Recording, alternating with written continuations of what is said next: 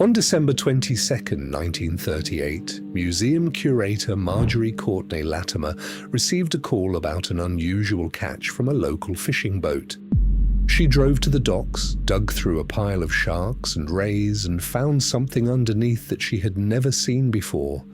1.5 meters long, steel blue in color, with fins that looked like legs. At that moment, she had no way of knowing it, but according to every fossil record on Earth, the fish in front of her had gone extinct 66 million years ago. Although it was believed to have disappeared along with the dinosaurs, it had been alive the entire time, in the water off the coast of South Africa, completely unnoticed. This is the story of how that happened, whether this fish is dangerous, and where it's hiding today. Coelacanths first appear in the fossil record about 410 million years ago. That's roughly 175 million years before the first dinosaur existed. They were already an ancient lineage by the time T-Rex showed up, and they kept existing after T-Rex was gone. Therefore, paleontologists had a fairly complete fossil record of this fish, tracking it through multiple geological periods. But at the boundary between the Cretaceous and Paleogene periods, about 66 million years ago, the fossils stop. This lines up with the asteroid impact that wiped out the dinosaurs. So the working assumption for decades was simple. Whatever killed the dinosaurs killed the coelacanth too. In every vertebrate paleontology book published before 1938, you'll find the coelacanth listed alongside the dinosaurs as an extinct species. They appeared during the Devonian period, a time when vertebrates first began splitting into branches, those that stayed underwater and those that eventually conquered dry land.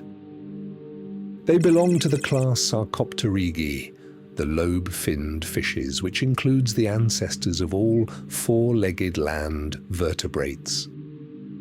Scientists built an entire evolutionary timeline around this fish disappearing.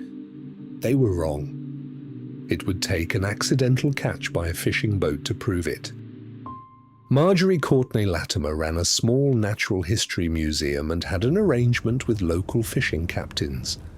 Whenever a boat pulled up something unusual, they called her. That call came on December 22, 1938, when fisherman Hendrik Goosen caught an enormous, bright blue fish off the coast of South Africa. The unusual find lying beneath a pile of sharks, Courtenay-Latimer described it as the most beautiful fish she had ever seen. So she sketched it and mailed it to a chemistry professor and ichthyologist named J.L.B. Smith, 500 kilometers away. By the time the letter reached Smith, more than a week had passed, and the fish had already begun decomposing in South Africa's heat. Courtenay-Latimer called in a taxidermist to preserve it, which meant the soft, internal organs, the parts that would have told scientists the most, were lost before Smith ever saw the body. When Smith finally arrived and examined what remained, he recognized the fins immediately, having seen similar shapes before in fossil drawings. He later described the moment as one of the most disorienting of his career, comparing it to watching a dinosaur walk down a city street. The species was formerly named Latimeria chalumnae, after Courtenay-Latimer and the Chalumna River near where it was caught. Once researchers had more specimens to study, the anatomy explained why this fish had survived almost unchanged for hundreds of millions of years. Its fins aren't like other fish fins. Each one sits on a fleshy, muscled lobe, and they move in an alternating pattern, left front with right back, right front with left back. Researchers studying coelacanth fin movement consider it one of the closest living analogues to how the ancestors of land vertebrates may have moved before they ever left the water. Its skull has a feature found in almost no other living vertebrate, called an intracranial joint. The skull is hinged in the middle, so it can lift the front portion upward while feeding. This lets the fish open its mouth far wider than the size of its head would suggest, which matters in an environment where prey is scarce. It also carries a sensory organ no other fish has. A gel-filled cavity in its snout, called the rostral organ, detects the weak electrical fields produced by other animals. In water too dark for sight to matter, this organ replaces it. Its spine isn't bone. Instead, it has a notochord, a flexible, fluid-filled tube that most vertebrate embryos develop and then replace with a spine before birth. The coelacanth never made that switch. And its reproduction may be the strangest part. Coelacanths don't lay eggs in open water. They retain the eggs internally and give birth to live young after a gestation period current research estimates at around 5 years. That's the longest known gestation period of any vertebrate on the planet. These traits are almost unchanged from a body plan that existed before most of the animal kingdom we know today had even appeared. But how did an animal this size go unnoticed for 66 million years? Coelacanths spend daylight hours resting motionless in underwater caves, typically between 100 and 700 meters deep, well below recreational diving limits and far beyond where sunlight reaches. They're often found in lava caves formed more than 20,000 years ago. At night, they leave the caves and drift down the slope using minimal fin movement, conserving energy while the rostral organ scans the dark for prey. They aren't fast, and they aren't built for open water. They're built to hide, feed quietly, and return to the same caves before dawn. In September 1997, a marine biologist named Mark Erdman was on his honeymoon in Indonesia when his wife photographed an unusual fish at a local market, more than 6,000 miles from where the only known coelacanth population lived. When Erdman showed the photo to coelacanth researchers, most assumed it was the same species, somehow transported there.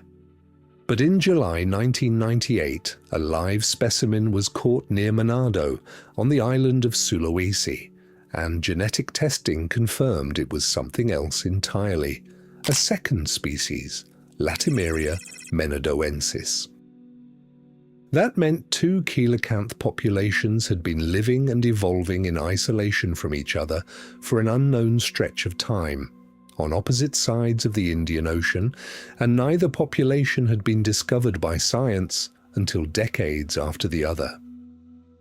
For most of the 20th century, almost everything known about coelacanth behavior came from dead specimens caught in fishing nets. No one had filmed one alive in its own habitat.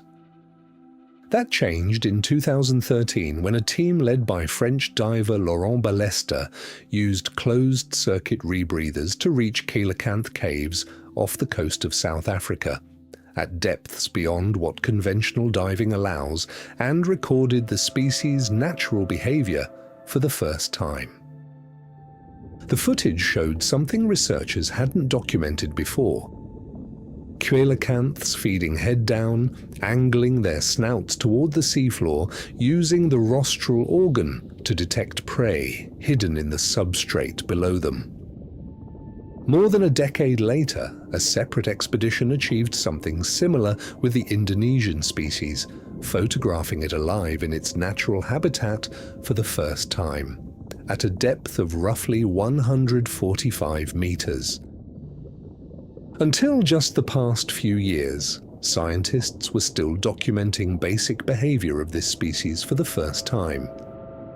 Today, the International Union for Conservation of Nature classifies the West Indian Ocean coelacanth as critically endangered.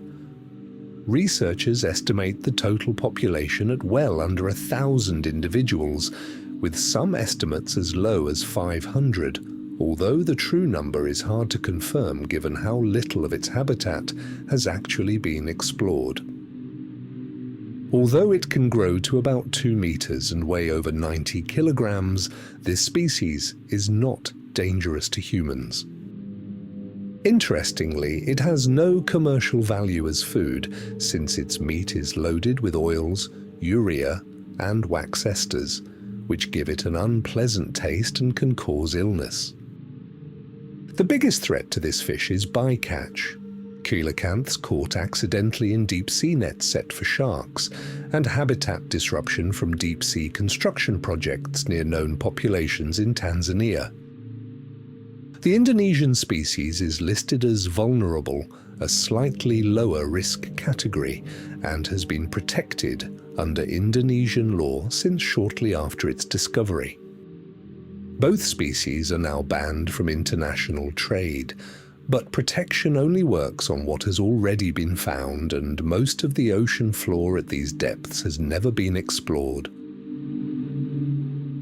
If a fish that predates the dinosaurs went unnoticed for 66 million years, the obvious question is, what else is still down there?